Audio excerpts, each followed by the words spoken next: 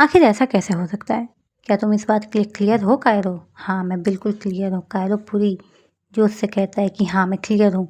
उस दिन मैंने देखा कि उसकी नसें काम नहीं कर रही थी, लेकिन फिर भी वो राजा हेल्दी था। तो हेलो सोल लिसनर्स, कैसे हैं आप? आज मैं आपके लिए लेकर आई हूँ वक्त के पास सीरीज के एपिसोड 24। तो बिना रुके स्टार्ट करते हैं। एक बड़ा सपोर्टर फिल खुल चुका था। नीली रोशनी पूरे घड़ी वाली कमरे में फैल रही थी। हवा तेज, इतनी तेज चल रही थी कि टूटे हुए घड़ी के पीसेज भी हल्के हल्के हिलने लगे।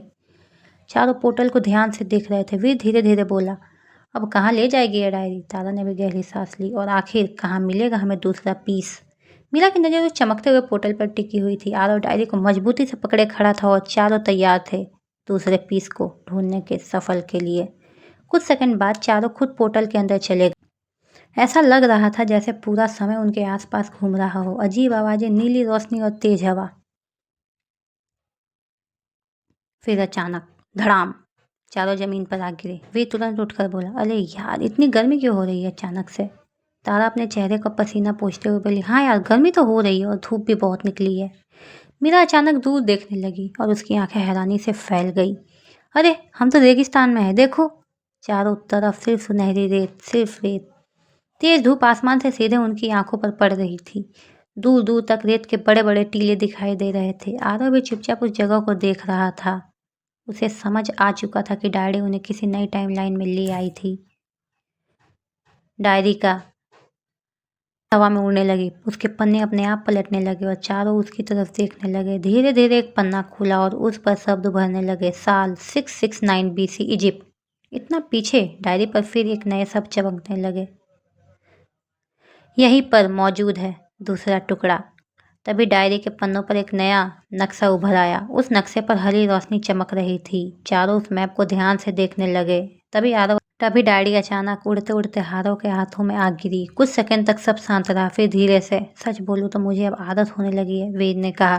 तारा हंस पड़ी। चारों अभी भी रेगिस्तान के बीच खड़े थे। तभी दूर से घंटियों की आवाज आने लगी। सबने पीछे मुड़कर देखा। रेत के बीचों बीच एक बड़ा काफिला जा रहा था।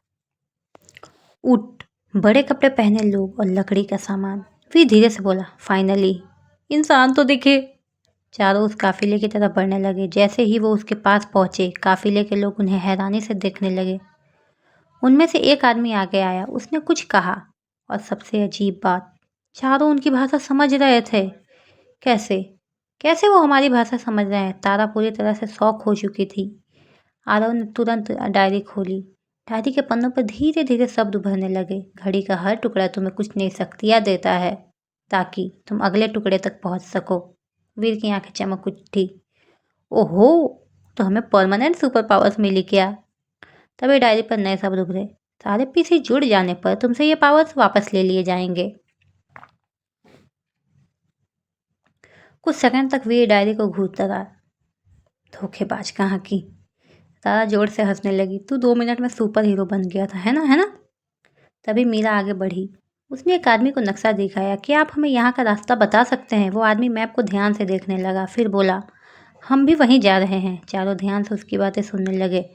अगर चाहो तो हमारे साथ चल सकते हो आरव। वहाँ पहुँचने में कितना समय लगेगा हमें? आदमी बोला, हम पास ही हैं, लगभग 2 घंटे, 2 घंटे लग सकते हैं। चारों एक दूसरे की तरफ देखने लगे। फिर आरव बोला, ठीक है। और वो सब उस काफिले के साथ चल पड़े। 2 घंटे बाद रेत के बीचों बीच एक विशाल शहर दिखाई देने लगा। बड़े पत्थर के भवन, मसाले, ऊंचे दरवाजे और दूर एक विशाल ताजमहल। वे धीरे से बोला, अब ये तो बिल्कुल मूवी जैसी लग रही है भाई। काफिला शहर के अंदर चला गया। चारों भी उसके पीछे पीछे चलने लगे। हर तरफ लोग ही लोग। कुछ लोग बड़े कपड़ों में घूम रहे थे तो कुछ ऊँटों के साथ सामान ले जा रहे थे। लेकिन आरव की नज़र बार बार उस डायरी पर जा रही थी। हरी नीली रोशनी अभी भी चमक रही थी। मतलब दूसरा पीस इसी शहर में मौजूद था। चारों शहर में अलग अलग लोगों से कुछ पते के बारे में पूछ रहे थे। तभी एक लड़का तारा के पास आया। उसके कपड़े काफ़ी लोगों से अलग थे। उसकी आंखों में अजीब सी गंभीरता या कहें तो डर था। तारा सबके सामने आई और बोली, ये कायरो है। वे धीरे से बोला, नाम तो बड़ा सिनेमैटिक बंदे का। कायरो ने उसकी तरफ देखा और फिर धीरे से बोला, तुम लोग जिस चीज़ के बारे में पूछ रहे हो। उसने आसपास देखा और डर रहा हो। फिर धीरे से बोला, मुझे उसके बारे में पता है। आरव तुरंत आगे आया। क्या जानते हो तुम? और आखिर तुम्हें कैसे पता है?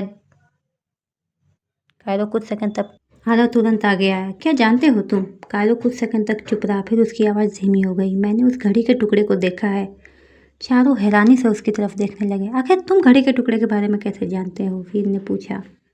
वो कुछ नहीं बोला। कायरो कुछ सेकंड चुप रहा, फिर बोला, मैंने उस घड़ी के टुकड़े को देखा है। और कायरो आगे बोला, और जिस दिन मैंने उसे देखा मेरी नींद उड़ गई। वीर, आखिर ऐसा क्या देख लिया तुमने? कायरो के चेहरे पर डर साफ दिखाई दे रहा था। रेगिस्तान की हवा अचानक तेज चलने लगी। कायरो धीरे से बोला, एक दिन मैं राजमहल गया था। चारों ध्यान से उसकी बातें सुनने लगे। राजा का इलाज करने। आरव की नज़र पूरी तरह कायरो पर थी। कायरो की आवाज़ कांपने लगी। मैंने देखा। वो धीरे धीरे आरव की तरफ देखने लगा। राजा की नसें चल नहीं रही थी। वीर कंफ्यूज होकर, क्या मतलब है तुम्हारा? कायरो की आंखों में डर और बढ़ गया। उस राजा की नसें काम नहीं कर रही थी, लेकिन फिर भी वो राजा पूरी तरह से स्वस्थ था। चारों एक दूसरे की तरफ देखने लगे और उसी समय, लेकिन दोस्तों ऐसा कैसे हो सकता है कि कोई इंसान पूरा हेल्दी है और उसकी नसें काम नहीं कर रही हो? आखिर क्या है मिस्ट्री? इस मिस्ट्री के बारे में पता लगाने के लिए जुड़े रहिए हमारे साथ। Please subscribe the channel and like कर दीजिए वीडियो को।